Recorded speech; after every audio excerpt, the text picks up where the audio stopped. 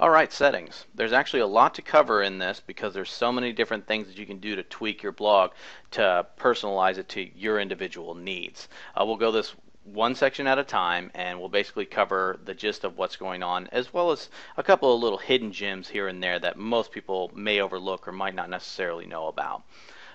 We'll start with general settings. This is basically the information about your blog and how certain items are displayed.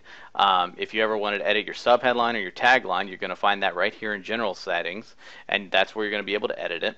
Your WordPress address URL and your blog address URL, 99% of the time, this is going to be exactly the same, but every now and again you have a special circumstance where it's not. If you're unsure, just leave it the way it is. The email address, this is where all the notifications are going to get sent. This isn't your user email address. This is where your notifications are.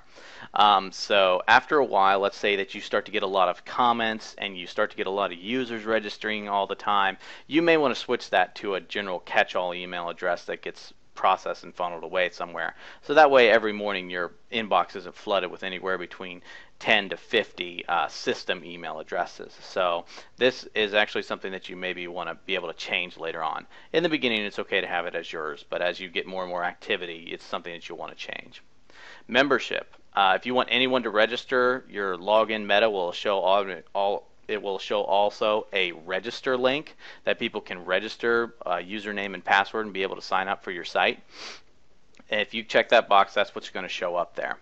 The new user default role, you're always going to almost want to put that at subscriber. That is someone who can go in and put in comments and read.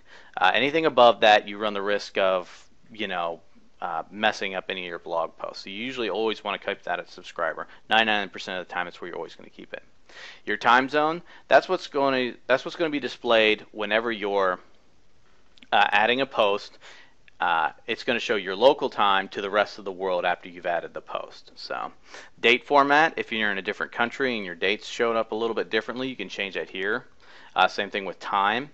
And also, the week starts on. This applies to the calendar in your sidebar. So if you want your week to start on Sunday instead of Monday or whenever, or maybe if you have an internal blog for employees and the pay period starts on Thursday, sometimes you maybe want to adjust your calendar accordingly.